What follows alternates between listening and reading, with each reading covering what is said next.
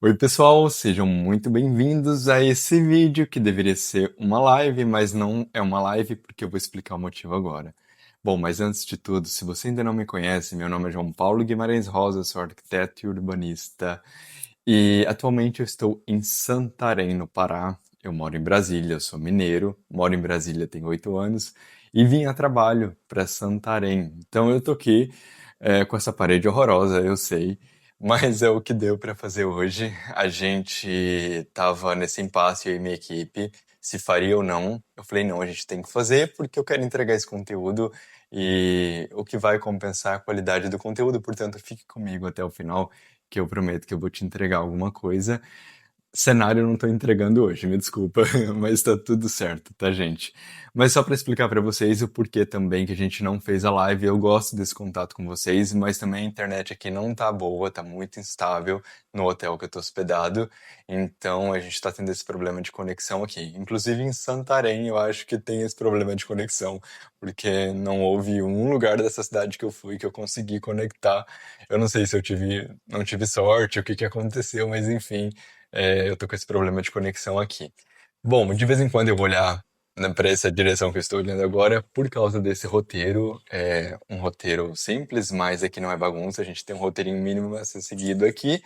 Então é isso, a gente também não terá cortes, então se eu falar alguma coisa, se eu errar, se tiver barulho, tá acontecendo obra, porque o hotel tem expansão também, então tá um caos, tá tudo acontecendo ao mesmo tempo, mas é isso, vambora e vou entregar conteúdo aqui para vocês hoje.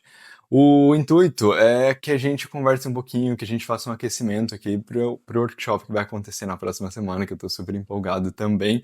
Então vamos lá. Bom, primeira coisa, gente, o nosso tema da live, como vocês já viram aqui, eu até anotei aqui para não esquecer. Você está fazendo arquitetura e não abrigos. E esse tema, gente, na verdade, ele é uma super provocação que a gente vai entender agora, tá? Bom, primeira coisa aqui, ó. Deixa eu me organizar aqui que eu anotei para vocês. Primeiro vamos para essa questão da definição do que é um abrigo, porque eu acho que isso é muito importante.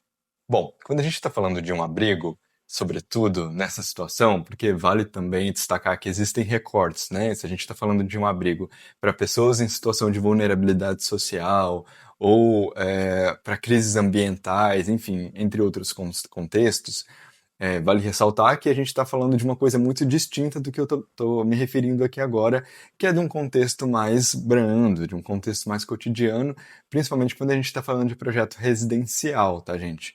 Então isso é muito importante ser destacado aqui.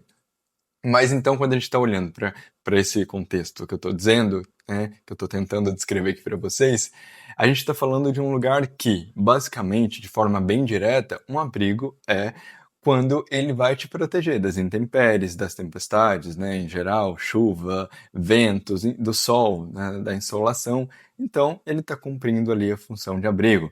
Até de ladrão, de animais, enfim, isso é a definição mais pura e talvez a mais simples do que de fato seja um abrigo. Concorda comigo? Então, a gente tem esse primeiro pilar fincado aqui.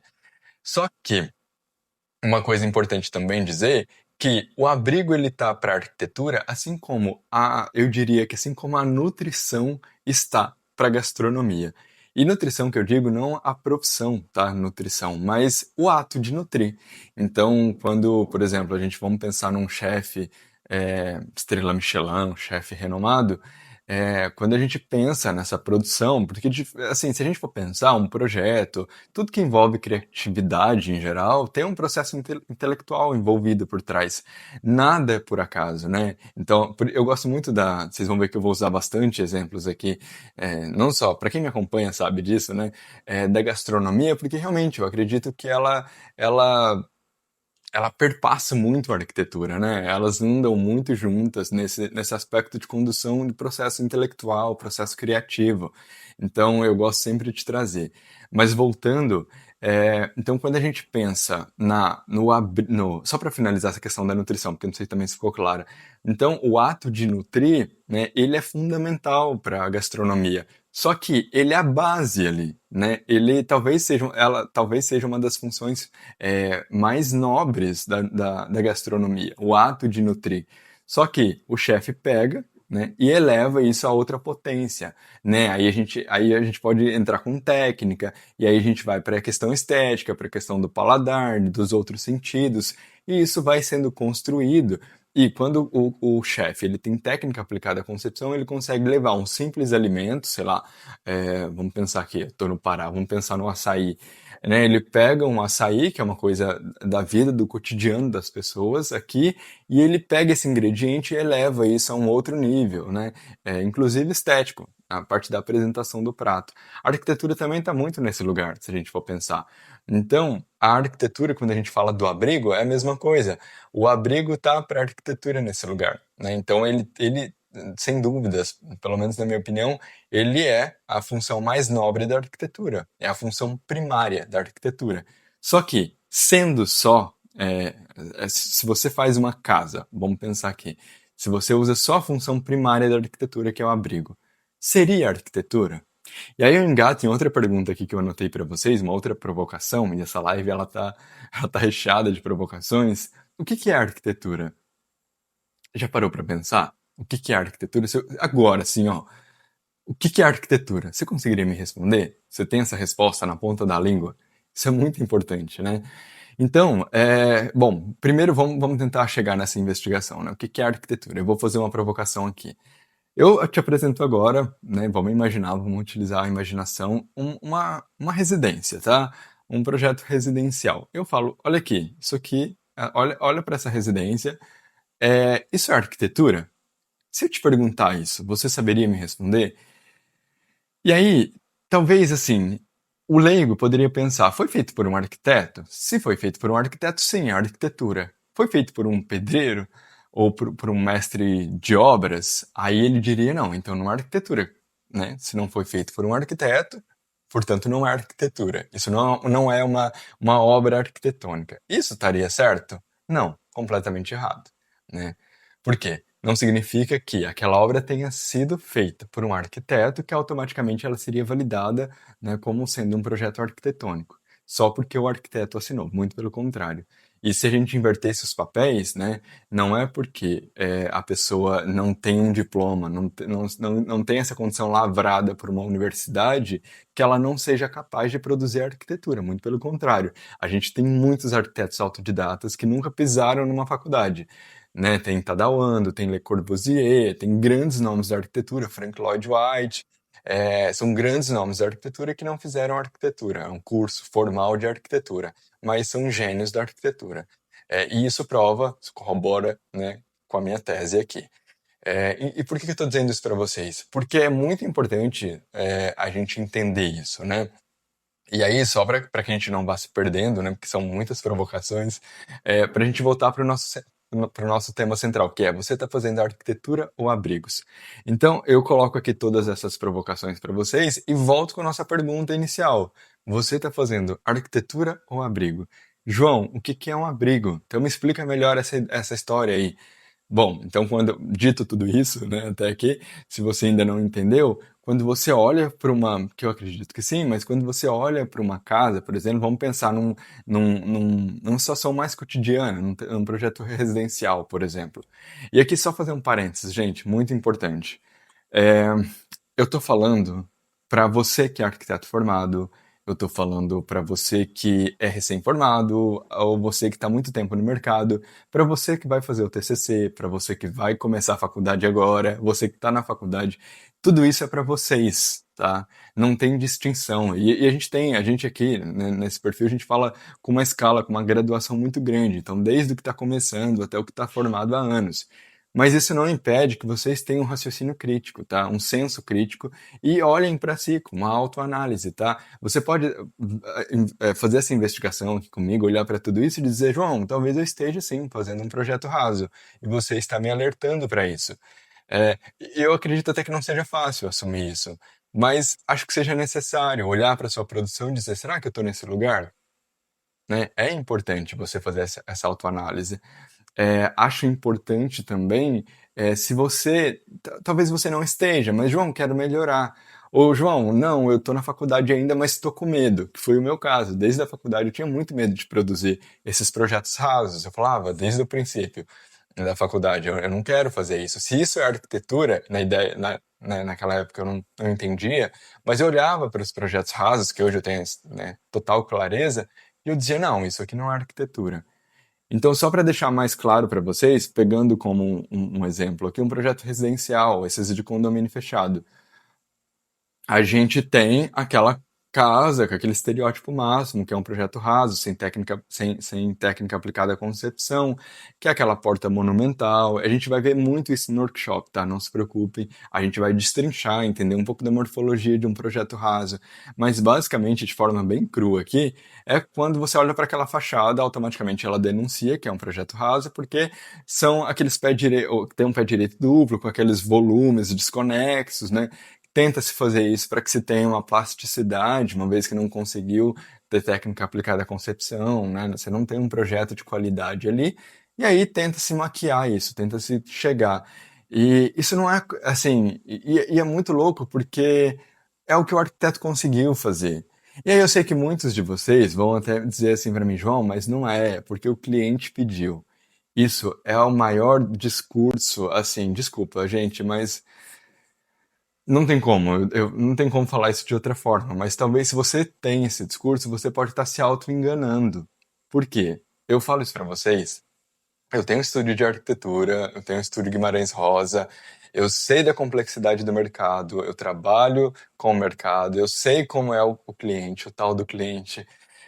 Embora eu não tenha muito o que reclamar, porque eu tenho sorte, e digo sorte com muito cuidado, porque eu trabalhei muito para chegar nesse lugar, né? E quando eu tenho contato com os meus clientes, eu já tenho uma abordagem muito específica, já tenho o meu portfólio pronto, já mostro os meus trabalhos, já automaticamente eu já explico, eu quase que dou uma aula para eles do que é um projeto raso, do porquê não fazer um projeto raso. Então isso é conduzido de uma forma muito estratégica para que eles não me peçam um projeto raso. Mas voltando, né, que eu estava dizendo, é que a gente tem que tomar muito cuidado com esse discurso, João, eu faço projeto raso porque o meu cliente quer, porque o mercado está assim, porque só pedem isso. Será que só pedem isso? Ou será que esse arquiteto não conseguiria entregar outra coisa e é o que ele está conseguindo entregar? Eu tenho quase certeza que seja isso, tá? E aí a gente pode investigar isso por uma ótica mais profunda também, né? Por que tem tanto projeto raso hoje na rua? Será que tem tanto cliente pedindo? E obviamente, gente, aqui fazendo outro parênteses aqui importante, óbvio que o cliente vai pedir projetos rasos. Isso está na cara, é o que ele está vendo. O leigo não tem repertório, não tem técnica aplicada à concepção, não estudou 5 anos né, de arquitetura. Portanto, é natural que ele olhe para aquilo e ache aquilo bonito. Tá tudo certo. Não tem problema, tá tudo certo. Mas você, enquanto, né, ou pelo menos deveria ser um guardião da boa arquitetura, você deveria desconstruir isso para ele, mostrar que isso não é benéfico para a vida dele. Em várias escalas, né, a gente pode pensar do micro ao macro, né, pensando na sustentabilidade, mas no próprio impacto dele, né, na vida dele, que um projeto tem quando ele não é responsivo, a questão bioclimática, o quanto ele vai sofrer com isso. Aqui, por exemplo, em Belém do Pará, eu vejo, tem prédios envidraçados, tem essas casas, essas tipologias rasas, né? Essa mesma história da porta do pé direito, da porta monumental, pé direito duplo, aquela casinha assim, tipo um L. Imagina, aqui, gente, é muito úmido. Para quem nunca visitou, né? Quando eu desci do avião, falei, eu juro, assim, eu senti, sabe, assim, parece que o ar parou, assim. É muito úmido, é opressivo mesmo aqui. E é muito quente e muito úmido. Tanto é que eu tô com o ar-condicionado ligado aqui. O próprio hotel que eu tô não tem uma boa circulação, uma boa ventilação. Então, isso tudo é muito complexo e muito complicado. Então, colocar essa culpa na conta do leigo, né? Ah, porque as pessoas querem isso, elas que estão pedindo isso. Será? Então a gente tem que tomar muito cuidado com esse discurso, tá? Mas eu tenho a plena convicção de que não, que falta conhecimento por parte dos arquitetos. E por que falta esse conhecimento? E a gente vai chegar no meu próximo ponto que eu acho que é importante, que é uma questão estrutural, né? Então as universidades hoje, elas carecem de qualidade. E a arquitetura, e um ponto muito importante também, primeiro essa questão da disseminação da arquitetura, ela meio que entrou numa moda, né? E não só da arquitetura, mas a quantidade de faculdades que existem, né? Se a gente for parar para pensar, antigamente você tinha poucas faculdades, mas de muita qualidade. Obviamente isso também era ruim, porque o acesso era muito restrito a uma classe social específica, com um recorte específico. Então, essa essa popularização ela é muito benéfica nesse sentido, na questão de dar oportunidades, né, para as pessoas, principalmente mais carentes, de baixa renda, mas ao mesmo tempo virou quase que um negócio, né? Então, assim, tem muitas faculdades, muitas universidades que não estão preocupadas com a qualidade do ensino, mas com a parcela, com quanto está cobrando né, quanto aquele aluno vai pagar para ela. E aí a gente entra num problema que é a questão do quadro de professores, do quadro de ensino. Eu digo isso assim porque eu tive esse problema. Então, desde o princípio, e vocês verão essa história também, eu vou contar um pouquinho para vocês da minha trajetória, né? Eu já fui finalista do Prêmio Félix Candela, do Prêmio da Design Class em Nova York, do Prêmio Félix Candela no México. Só que isso não foi do nada. Desde o princípio, quando eu comecei, eu identifiquei desde muito cedo, sabe, o projeto Raso. E eu falava, gente, se isso é arquitetura, eu não quero fazer isso. E eu olhava Paulo Mendes da Rocha, Lina Bobardi, grandes arquitetos, a Hadid. Eu falava, gente, eu quero fazer isso, eu não quero fazer. Só que quando eu voltava para casa, a realidade que eu via nas ruas, né, no tecido urbano, era outra completamente diferente do que eu estava vendo na universidade.